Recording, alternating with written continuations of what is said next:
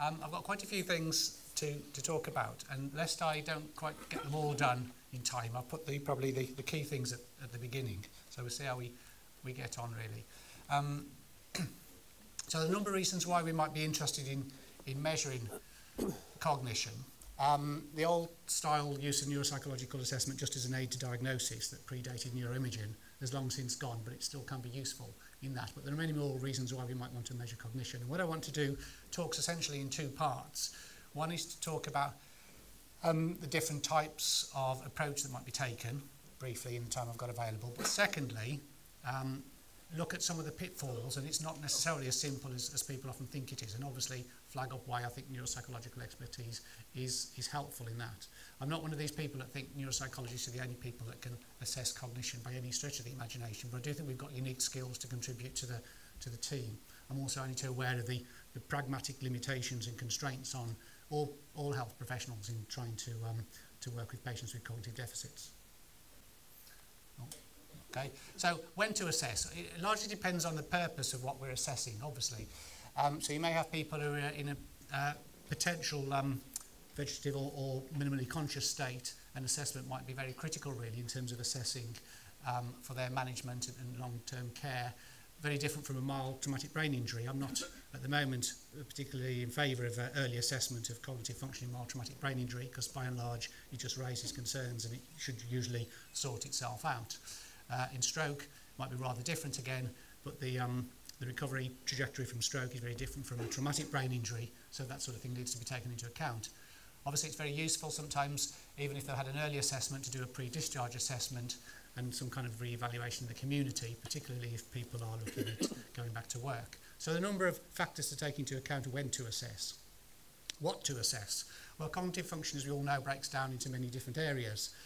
It may or may not be very interesting to look at general intellectual function. That in children is particularly useful, as is things like literacy and numeracy that we wouldn't necessarily look at in most adults, unless perhaps they've had a stroke and got selective deficit. So there may be reasons why we think in their day-to-day performance raises questions about their ability to perceive objects or spatial relationships or their memory and so on, or possibly their language comprehension. So these may all be reasons why we're called to do an assessment. Speed is often something which is critical for all assessments, but we often just take for granted. And it's intrinsic to many assessments, but I think we need to make it more explicit. And of course, multitasking is a very important daily skill for all of us, but it's not something that often we think about assessing in any formal manner.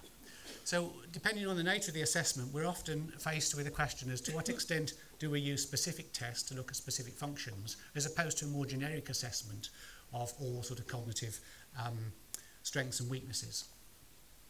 How to assess? Well, again, a number of factors here. For example, the time we've got available, the time that a person is in from their recovery, and of course the resources.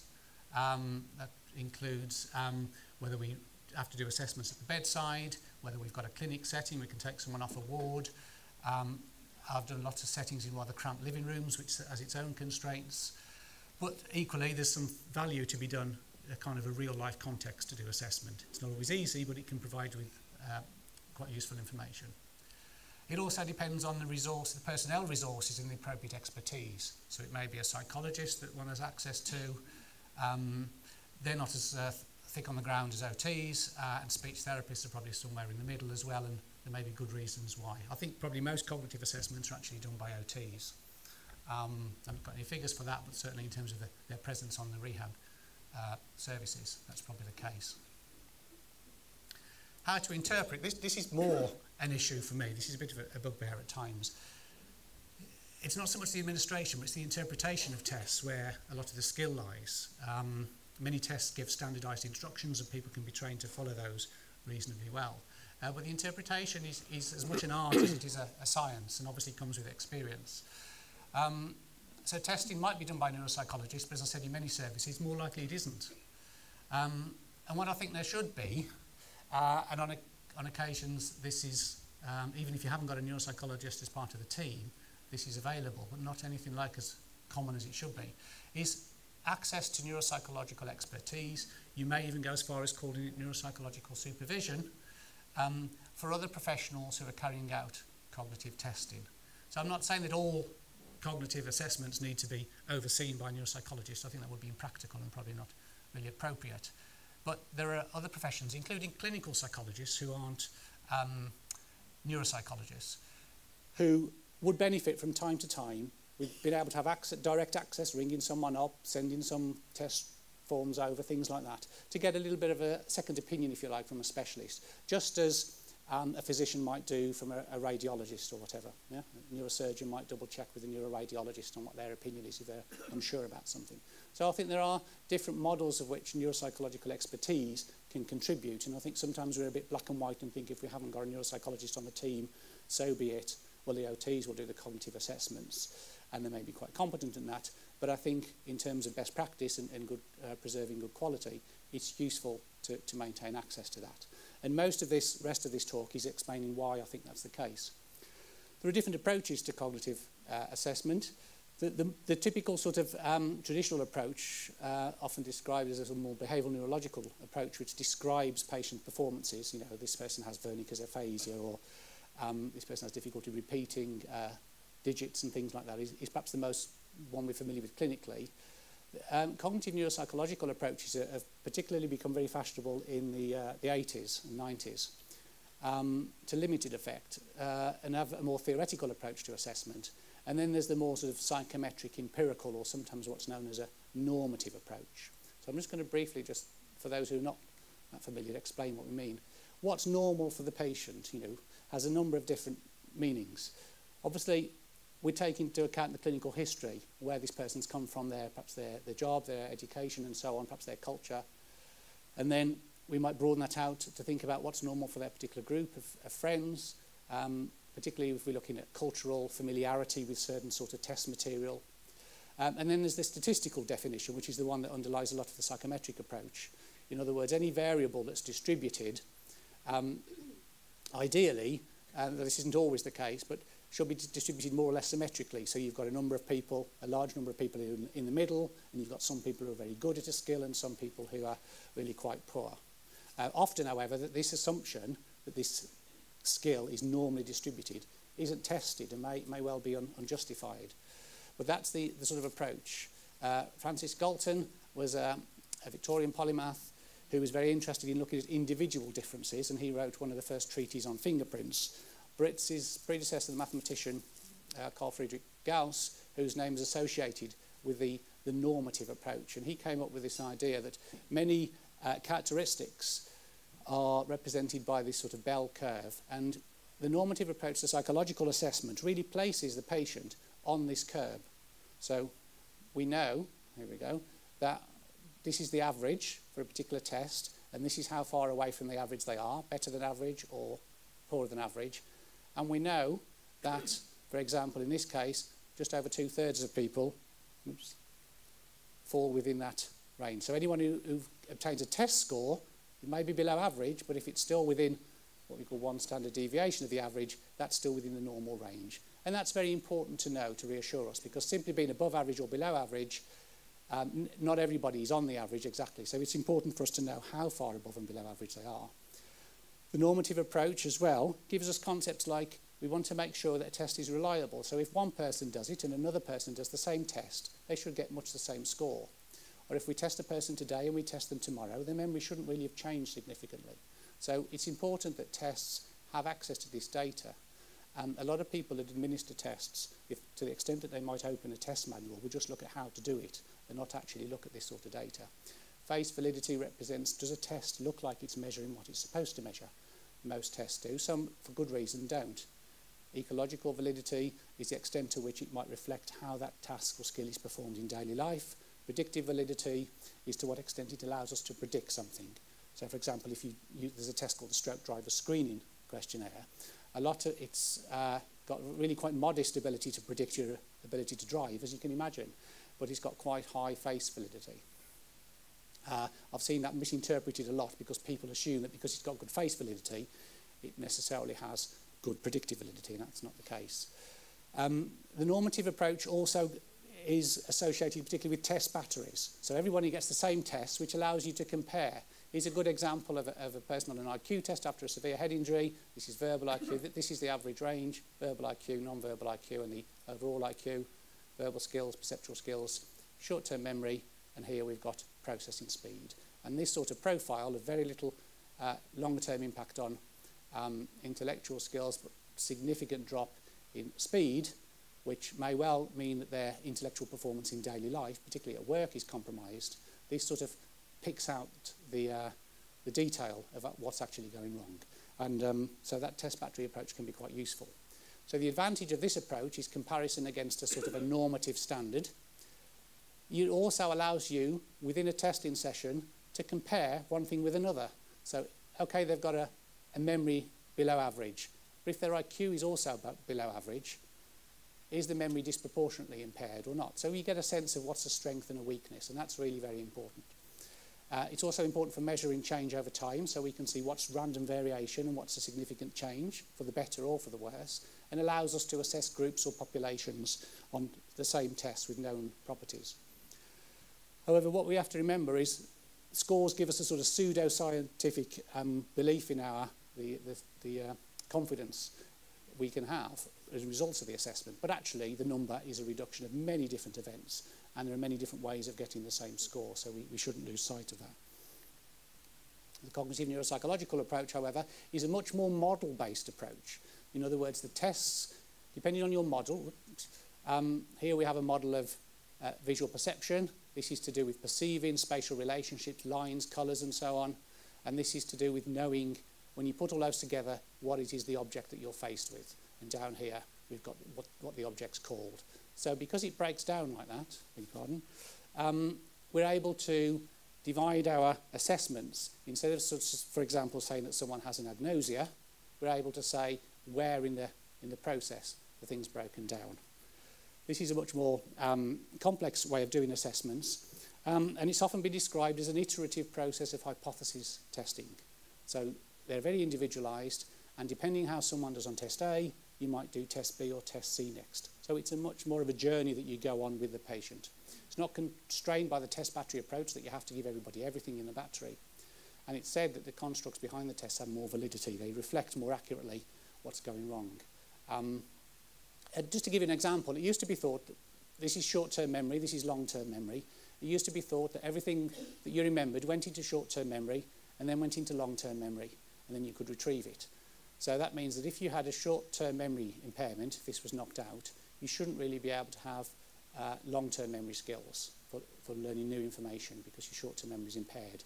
We now know, thanks to a cognitive neuropsychological analysis of this, that some information goes straight into short-term memory, as we always thought, and some goes into long-term memory, and it's possible to have one of these knocked out, but using the right therapeutic techniques, you can still instill information by semantically encoding it into long-term memory, even with patients who have an impaired short-term memory. Now, up until the 70s, that was not known, and in fact, it's still, this kind of model is still widely accepted in many clinical settings, and people really haven't taken on board this kind of assessment approach, which clearly has implications for rehab. So it helps to identify the focus of what's wrong. It can set deficits in cognitive context, suggests alternative ways to focus on tasks. So surface dyslexia is a reading disorder characterised by a tendency to regularise words. So I had a patient who any word like station that ended in T-I-O-N would pronounce it station because that looks like how you read it. So what we did with him, and others have used the same sort of method, is give him cues to the word's meaning rather than to the word's sound. It can also suggest, therefore, some interventions that one wouldn't have always thought of, and it can guide the use of therapy materials, and it might provide an account of why a therapy is effective. So a number of ways in which the cognitive neuropsychological approach is added to the more traditional psychometric approach for assessment. Another quick one here. When people read aloud, some words are analysed for their meaning, others for the way they sound. So if we come across an unfamiliar word, we tend to break it down by sounds.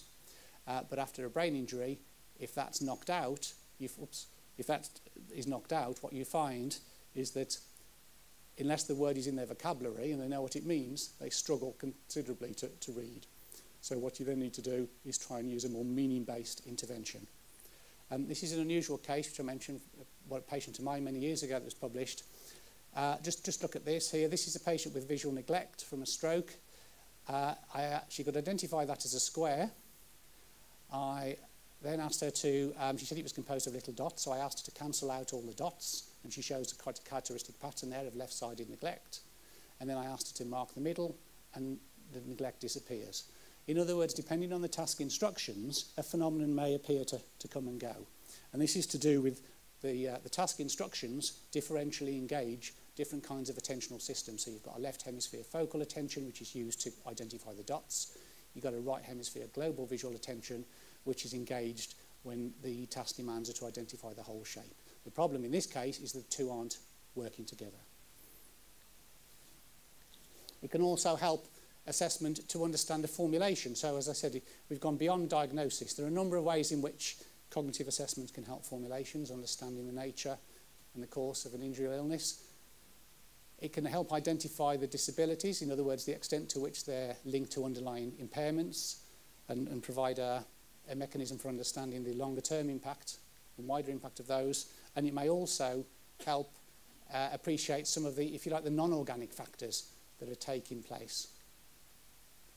So that's some of the strengths and weaknesses of different approaches that are available. Now, none of these approaches are unique to neuropsychologists, although by the nature of their training, some people will be more familiar with them and more comfortable with them than others. But in principle, a number of these tests, certainly for OTs, are widely available.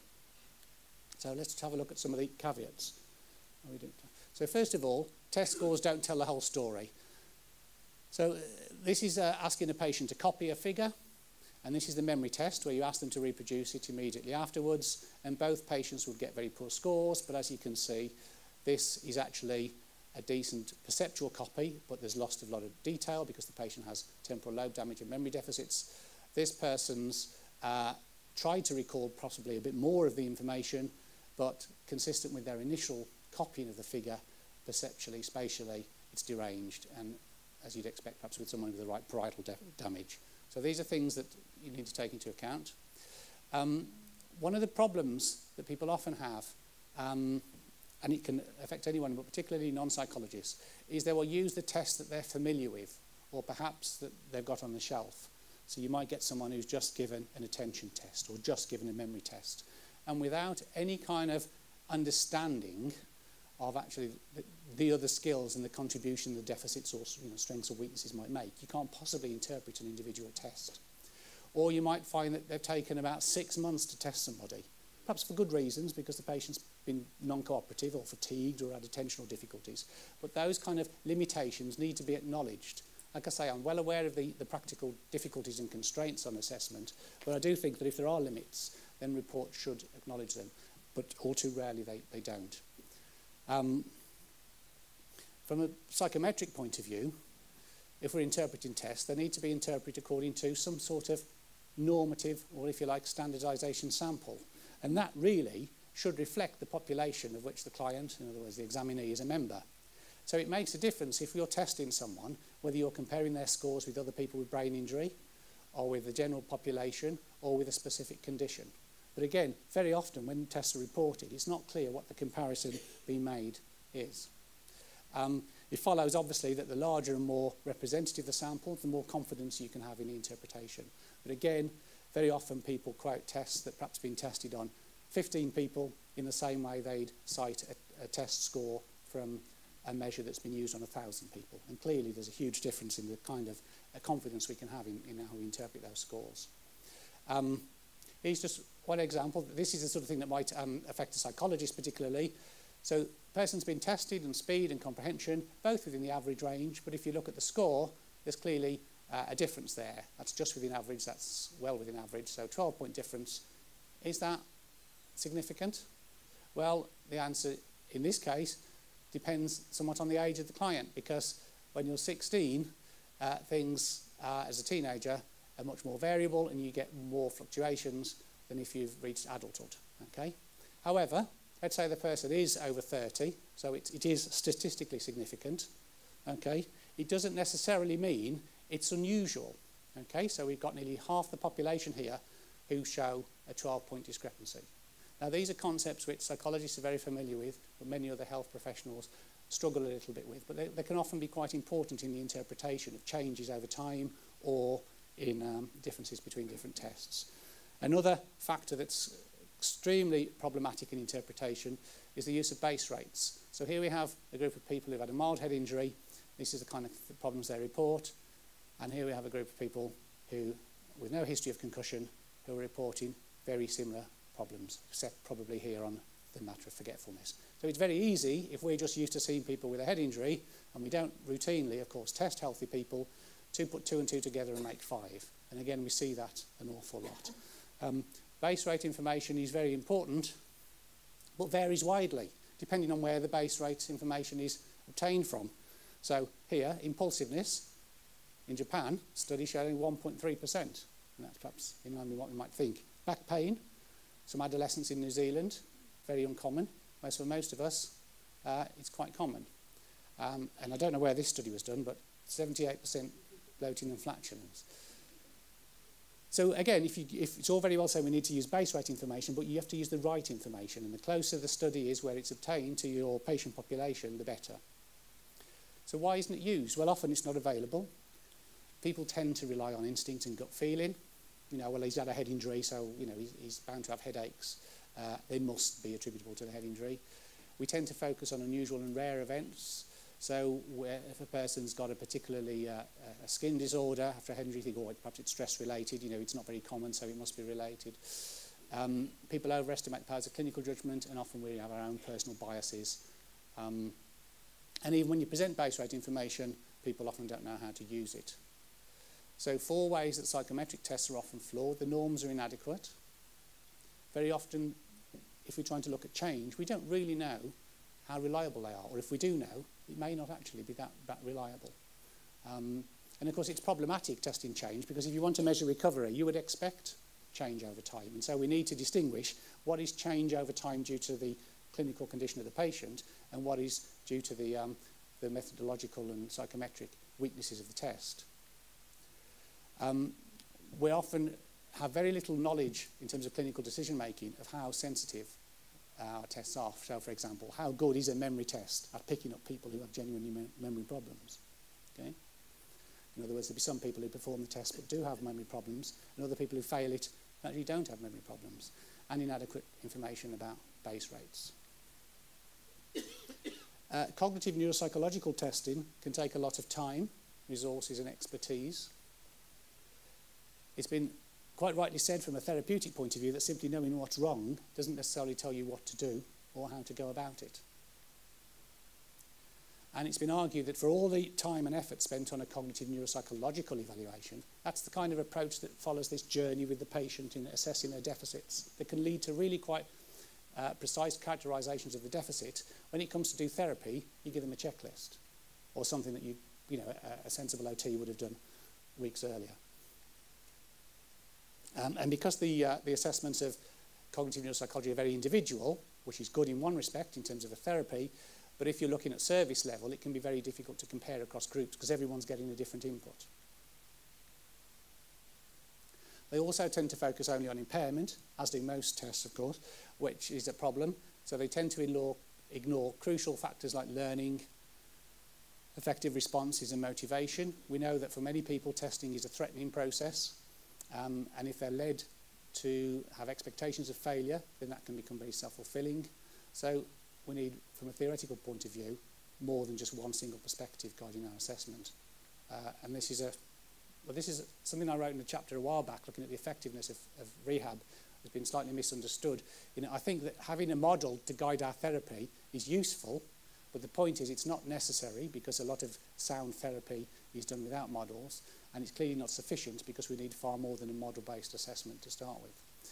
If we think about what executive processes are, and these are just some, but these are the ones which I think are particularly important for what I'm talking about today.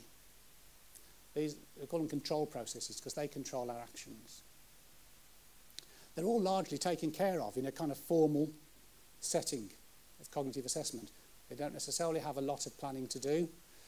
They're told when to start. They don't really have many decisions to make. They're told when to stop. They're given the purpose of the test. They're told what they need to do with the instructions, and they don't really have to monitor because you're doing that for them. So there are good reasons why or not. You might find that people with executive difficulties, which are very disabling in daily life, they don't perform particularly badly on tests So we need to think about why there might be discrepancies between the results of a test and everyday behaviour. So it may be that it's very useful to know if the tests are unusual. So these are the kind of discrepancies you might find. Test results don't make sense given the nature of the injury. Or there are discrepancies between tests, and the question is then, are they consistent with one another? There might be fluctuations in test performance over time, so you may actually have other factors rather than cognition that are affecting your test results. Sometimes tests show a higher level of competence than you see in everyday activity, and sometimes they suggest a lower level, and you're actually surprised how well the individual is functioning. So we might be thinking about any pre-existing or other cerebral dysfunction if things don't make sense in terms of the presenting condition. There may be unusual but perfectly legitimate dissociations of cognitive function. So, for example, that neglect case where they're using focal and global attention, it might seem like a person's malingering or otherwise, trying to pull a wool over your eyes, whereas it's actually, with a bit of theoretical knowledge, you can make sense of it. Also, it may be that what we're measuring is kind of, the tests look at modular competency, in other words, memory, language, perception, etc., whereas it really may be the executive processes that control those that are impaired, which is what's more relevant for how you use memory and perception in daily life than on a test. And of course we know that everyday behaviour is more sensitive to disorders of arousal and drive, mood and motivation. And then finally, there may be underperformance, motivated underperformance on testing. And I think this is another area which, particularly in clinical contexts, because it's been well established in forensic settings for a long while now, but in clinical context, I still think the majority of practitioners are somewhat naive in assuming that people are necessarily want to try their best or even capable of trying their best. Okay, so I'm not necessarily suggesting that this is always a conscious underperformance, even when it's observed, but there may be a number of reasons why people struggle, and understanding the various sort of psychosomatic elements to a person's presentation avoids us being rather naive in our interpretations of cognitive tests.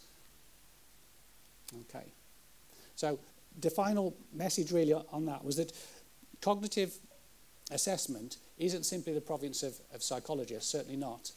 And all professionals would benefit from access to some sort of expertise really from neuropsychologists as and when required. We need to help understand some of these subtleties, without which cognitive testing itself, the process can be undermined. The patient can be, at worst, given completely the wrong kind of therapy approach, or at best just not really fully understanding the extent of their deficits. And I think there are good reasons to appreciate why neuropsychologists in particular have expertise which can add to the management of the whole team in working with individual patients. So thanks very much. Thank you.